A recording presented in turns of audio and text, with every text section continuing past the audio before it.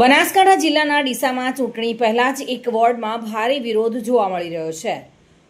Ward number 3ના રહીશોએ પાયાની સુવિધાઓના અભાવે મતદાનનો બહિષ્કાર જાહેર કર્યો છે અને ઉમેદવારોને પ્રચાર માટે ન આવવાની ચેતવણી આપી છે।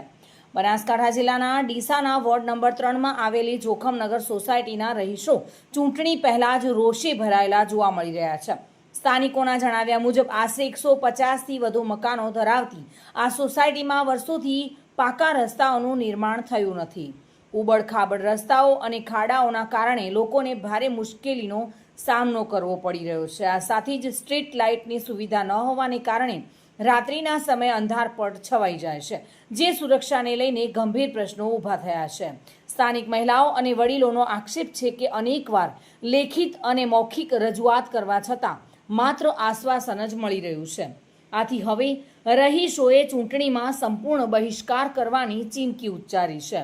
બેનરો લગાવી સ્પષ્ટ કહી દેવામાં આવ્યું છે કે કોઈપણ પાર્ટીના કાર્યકર્તા અથવા ઉમેદવાર પ્રચાર માટે અહીં આવે નહીં અને સ્થાનિકોએ જણાવ્યું છે કે જો રોડ અને લાઇટ જેવી પ્રાથમિક સુવિધાઓ નહીં મળે તો આ વખતે એક પણ વોટનું ટપ્પું દબાવવામાં આવશે નહીં।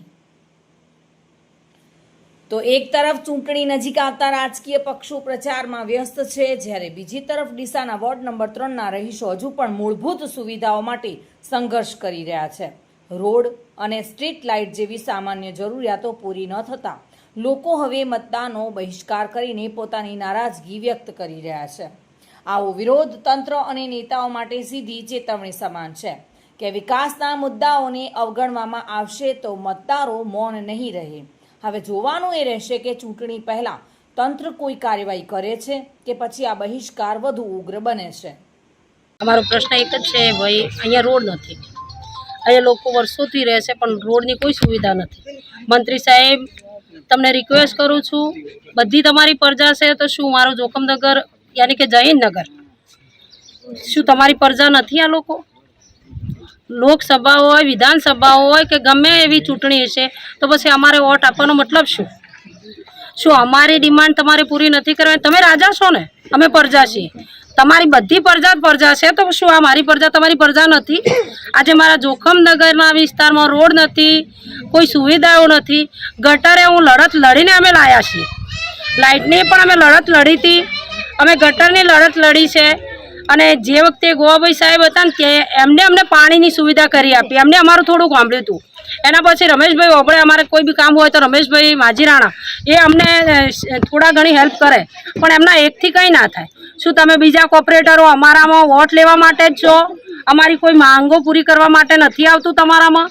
તો મારો એક જ મંત્રી સાહેબને કહેવું છે કે રમેશભાઈ ને મંત્રી સાહેબ અહીંયા આવે, મારા એરિયાની દશા જોવે, મને રોડની સુવિધા કરી આપે, પછી જ અમે વોટ આપીશું, બાકી એક વોટનું ટપ્પું નહીં જ થાય। જહીનનગર વિસ્તાર બરાબર કે અમારા આ વખતે ચૂંટણીનો બહિષ્કાર કર્યો એટલા માટે કે આ વખતે અમારા અંદર રોડનો સુવિધા નથી।